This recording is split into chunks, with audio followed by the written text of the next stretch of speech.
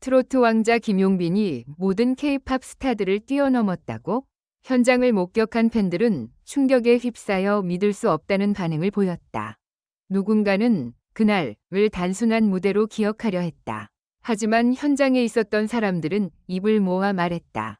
이건 공연이 아니라 사건이었다. 무대가 시작되기도 전에 객석이 이상하게 술렁였다. 팬덤 특유의 들뜬 함성이라기엔 너무 낮고 너무 빠르고 어딘가 두려움이 섞여 있었다. 마치 모두가 같은 소문을 들은 사람들처럼 서로의 눈치를 살피며 휴대폰을 쥐고 있었다. 그리고 그 소문은 단 하나였다. 오늘 김용빈이 K-팝 스타들을 넘어서는 순간이 나온대. 말이 되나? 트로트 왕자 김용빈이 K-팝의 화려한 군무, 글로벌 팬덤, 압도적인 브랜드 파워를 전부 뛰어넘는다니. 사람들은 믿지 않으면서도 믿고 싶어 했다. 그 기대와 불신이 뒤섞인 공기가 공연장 천장 아래에서 뜨겁게 뒤틀렸다. 1. 시작부터 이상했다. 오프닝이 없다고? 조명이 꺼졌다. 관객들은 보통 이때를 안다. 폭죽 같은 LED, 인트로 영상, 드럼롤, 카운트다운. 그런데 아무것도 나오지 않았다. 암흑이 길어졌다. 5초, 10초, 15초. 스태프의 실수인가 싶을 때 어디선가 아주 낮은 소리가 흘러나왔다. 딱 마이크에 손가락이 닿는 소리였다. 그 순간 객석이 숨을 멈췄다. 그리고 어둠 속에서 누군가의 목소리가 가까이 들렸다. 무대 위가 아니라 마치 관객석 사이에서 속삭이는 것처럼. 오늘 여러분이 알고 있는 규칙은 다 잊어주세요. 그 목소리의 주인공은 김용빈이었다. 조명이 켜졌을 때 그는 무대 중앙이 아니라 무대 가장자리, 관객과 가장 가까운 곳에 서 있었다.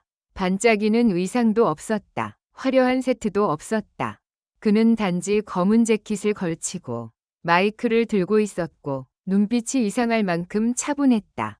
사람들은 그 차분함이 오히려 더 무섭다고 느꼈다. 폭발하기 직전에 고요라는 말이 딱 어울렸다. 첫 곡에서 모든 분위기가 뒤집혔다. 전주가 시작됐다. 그런데 익숙하지 않은 편곡이었다. 트로트 특유의 반주가 아니라 K-팝에서나 나올 법한 미니멀한 비트였다. 현장에 있던 어떤 팬은 뒤늦게 이렇게 말했다. 순간 내가 트로트 공연장에 있는지 K-팝 쇼케이스에 있는지 헷갈렸어요. 김용빈은 흔들림 없이 노래를 시작했다. 그런데 1절이 끝나기도 전에 객석에서 탄성이 터졌다. 이유는 단순했다.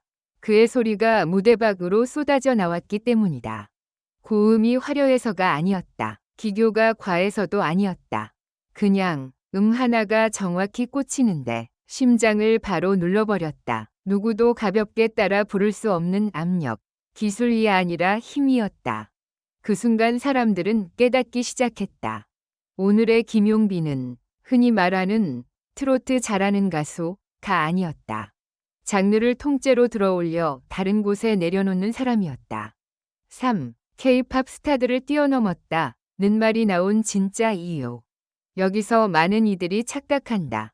뛰어넘었다. 는 말은 춤을 더 잘 추거나 외모가 더 화려하다는 뜻이 아니다. 현장에서 팬들이 충격받은 건 현장 장악력이었다. K-팝은 대규모 연출로 관객을 흔든다. 하지만 김용빈은 그 반대였다. 아무것도 없는 것처럼 보이는 상태에서 관객의 감정을 수직으로 끌어올렸다. 그는 2절에서 갑자기 마이크를 내렸다. 반주만 흐르는데도 관객들이 멜로디를 이어 불렀다. 그 순간 김용빈이 웃지도 않고 오히려 아주 낮게 말했다. 좋아요. 그럼 더 위험한 걸 해볼게요. 위험한이라는 단어에 객석이 술렁였다. 그리고 바로 다음 순간 반주가 뚝 끊겼다. 무반주였다. 무반주 30초. 공연장이 얼어붙다. 김용빈은 숨을 고르고 멘목으로 노래를 밀어올렸다. 그 한 줄이 시작되자 마치 공연장 공기가 얇아진 것처럼 느껴졌다. 누구도 기침을 못했다. 누구도 핸드폰을 만지지 못했다. 그리고 30초 후 반주가 다시 들어왔다. 그때 객석에서 폭발처럼 터진 함성은 단순한 환호가 아니었다.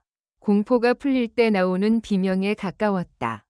팬들은 그때부터 K-팝을 넘어섰다 라는 말을 이해했다.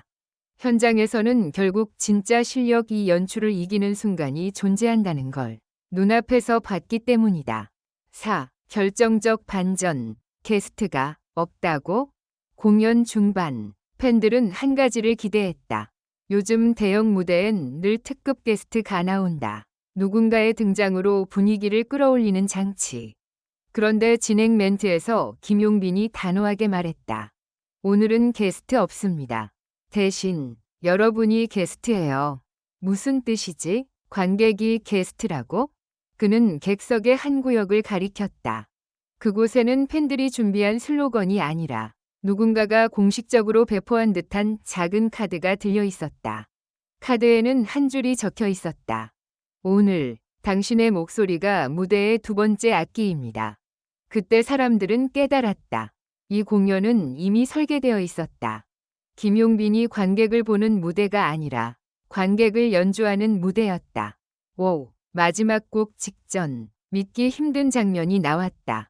마지막 곡에 들어가기 전 김용빈은 무대 중앙에 서서 조용히 고개를 숙였다. 그리고 아주 짧게 말했다. 여러분, 제가 오늘 진짜 하고 싶은 말은 노래가 아니에요. 관객이 웅성였다. 그는 손을 들어 무대 뒤편의 커튼을 가리켰다. 커튼이 천천히 열리며 대형 스크린이 드러났다. 스크린엔 숫자가 떠올랐다. 실시간 음원 차트, 실시간 검색어, 실시간 조회수. 관객이 놀란 건 숫자 자체가 아니었다. 그 숫자들이 공연이 진행되는 동안 계속 바뀌며 올라가고 있었기 때문이다. 보통은 방송이나 콘텐츠 공개 후에 생기는 변화가 지금 이 순간 공연장 안에서 일어나고 있었다. 마치 팬들의 숨소리와 함성이 데이터가 되어 그대로 반영되는 것처럼. 그리고 그때 김용빈이 결정적인 한마디를 던졌다. 저는 오늘 장르 싸움을 하러 나온 게 아니에요.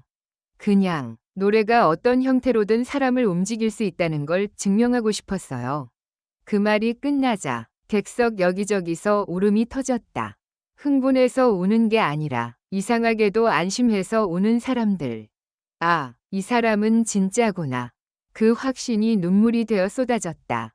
6. 엔딩. K-팝을 이긴 게 아니라 규칙을 바꿨다. 마지막 곡이 시작됐다. 이번엔 트로트였다. 정통 트로트의 결을 살리면서도 후렴에서 비트가 바뀌며 관객을 몰아쳤다. 그는 고음을 과시하지 않았다. 대신 한 글자, 한 호흡을 칼처럼 세웠다. 후렴 마지막, 김용빈이 마이크를 내려놓았다. 관객이 노래를 대신 완성했다. 그 순간 무대 위 조명이 객석을 비췄다. 김용빈은 무대 중앙이 아니라 한 걸음 뒤로 물러나 관객을 바라보며 서 있었다. 마치 이렇게 말하는 듯했다. 주인공은 나만이 아니야. 공연이 끝났을 때 사람들은 멍했다. 휴대폰을 켠 사람들도 SNS에 바로 올리지 못했다. 너무 많은 감정이 한꺼번에 쏟아져서 문장이 만들어지지 않았기 때문이다.